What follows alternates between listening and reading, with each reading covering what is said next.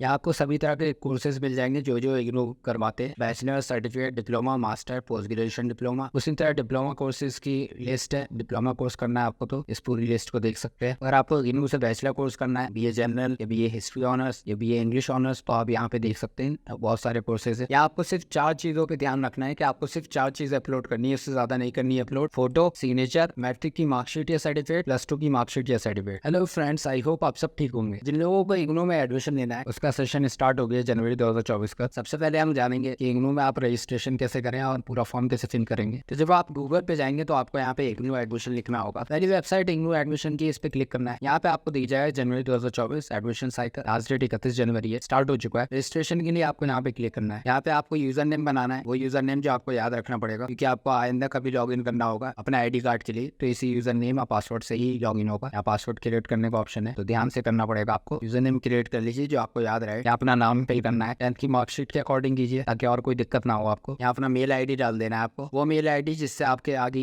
Classes भी online अगर classes होती है तो उसी मेल के जरिए होगा। बाकी जितनी भी डिटेल आती है आपकी मेल आईडी पे ही आता है, तो अपना मेल आईडी डालने की कोशिश करें, किसी और के मेल आईडी ना डालें वरना आपको बहुत नुकसान होने वाला है। इस पर साफ साफ लिखा हो, please your own email as this will be used for all official communication. तो आपको वही ईमेल आईडी डालनी है जो आप पर्सनल यूज के लिए रखते हैं अपने पास। उसी तरह दोबारा ईमेल आईडी डाल देनी है। यहाँ पे आपको पासवर्ड क्रिएट करना है। जो पासवर्ड आपने क्रिएट किया है सेम पासवर्ड आपको यहाँ कंफर्म पासवर्ड में भी डाल देना है। तो जो मोबाइल नंबर आप डालेंगे वो आपका अपना होना चाहिए, किसी और का भी होगा तो भी उसके लिए जैसे मेल आईडी का मामला है वैसे ही मोबाइल नंबर का ही मामला है, तो ध्यान से रखें। कोशिश करें कि अपना ही मोबाइल नंबर डालें और फिर दोबारा यहाँ पे अपना मोबाइल नंबर डाल देना है आपको। यहाँ कैप्चा जो आएगा उस पर क्लिक करके यहाँ आपको रजिस्टर पे क्लिक कर देना है। जैसे आप रजिस्टर पे क्लिक करेंगे तो यहाँ पे ये लिखा हुआ जाएगा, ये account is created successfully, please log in and apply in program. अगर आप यूजर नेम अपना भूल गए तो आपको एक मेल आएगा, मेल पे आपके यूजर नेम आएगा, आपको टेक्स्ट भी आ सकता है, उस पर यूजर नेम और पासवर्ड जो आपने क्रिएट किया है वो दोनों लिखा हुआ जाएगा, आप वहाँ से देख सकते हैं। जो मेल आईडी आपने डाली है उस पर होगा, जो मोबाइल नंबर डालना है उस पर आएगा। यूजर नेम और पासवर्ड डालने के बाद कैप्चा डालने के बाद आपको लॉग इन करना है। जैसे आप लॉग इन करेंगे ये सेक्शन खुल के आएगा, यहाँ आपको नीचे आना है, यहाँ I have read the important information, इस पर टिक करना है और सबमिट कर देना है। इसमें ये सारी चीजें होती हैं, फोटो, सिग्नेचर, एजुकेशन क्वालिफिकेशन के आपके स्कैन कॉपी डालना होता है, ओरिजिनल डॉक्यूमेंट, SC/ST कैटेगरी अगर है तो वो आपको अपलोड करना होगा। सबमिट पे क्लिक कर देंगे। यहाँ आपको अपना मदर नेम, यहाँ आपका नाम लिखा हुआ आएगा, यहाँ आपको अपना मदर नेम, गार्जियन रिलेशन में फादर्स डालने के बाद फादर नेम डाल दीजिए, अपना डेट ऑफ बर्थ डाल दीजिए, 10th मार्कशीट देखकर। यहाँ कैटेगरी होगा जनरल कैटेगरी रखें, ज्यादा बेहतर है। OBC डालेंगे तो OBC सर्टिफिकेट डालना पड़ेगा। मेल या फीमेल या ट्रांसजेंडर जो भी आप टिक कर दीजिए। सिटीजन इंडिया ही रहेगा। टेरिटरी आपका अर्बन है, रूरल है, ट्राइबल है, शहरी इलाका है तो अर्बन कर दीजिए वरना रूरल कर दीजिए। या माइनॉरिटी से आप यस कर दीजिए, अदरवाइज नो करना होगा। रिलीजन यहाँ पे अपना बताना है, हिंदू, मुस्लिम, क्रिश्चियन, सिख, जैन जो भी आपका, उस पर टिक कर दीजिए। अदर है तो अदर कर दीजिए। मैरिटल स्टेटस मैरिड है, सिंगल है। सोशल स्टेटस नॉट एप्लीकेबल कर दीजिए। अगर एक्स सर्विसमैन या कैजुअल माइग्रेंट है तो ही क्लिक कीजिए। अगर कोई PWD कैटेगरी से बिलोंग करते हैं तो इस पे यस कर सकते हैं, वरना जनरल लोग नो पे क्लिक करेंगे। यहाँ पे आपको एम्प्लॉयमेंट स्टेटस बताना अपना, आप कहीं जॉब वॉब कर रहे हैं, KVS एम्प्लॉय हैं या एम्प्लॉयड हैं, अगर आप बताना चाहते हैं बता सकते हैं, वरना अनएम्प्लॉयड करके आगे बढ़ सकते हैं, कोई जरूरी नहीं है अनएम्प्लॉयड लिखिए और यहाँ सबमिट के सेक्शन पे क्लिक कर दीजिए। जब आप वहाँ सबमिट करेंगे तो ये सेक्शन पूरा खुल के आ जाएगा। अगर आपको लगता है कोई इन्फॉर्मेशन गलत है तो आप एडिट के बटन को दबा सकते हैं, वरना नेक्स्ट पे आप क्लिक करके आगे बढ़ सकते हैं। यहाँ आपको सभी तरह के कोर्सेज मिल जाएंगे जो जो इग्नू करवाते हैं। Bachelor, certificate, diploma, master, post graduation diploma. Certificate पे क्लिक करेंगे, यहाँ पे ODL पे क्लिक करेंगे, यहाँ आपको सभी सर्टिफिकेट कोर्सेज आ जाएंगे जो भी आप सर्टिफिकेट कोर्स करना चाहते हैं। यहाँ पूरी लिस्ट है सर्टिफिकेट कोर्स की। उसी तरह डिप्लोमा कोर्सेज की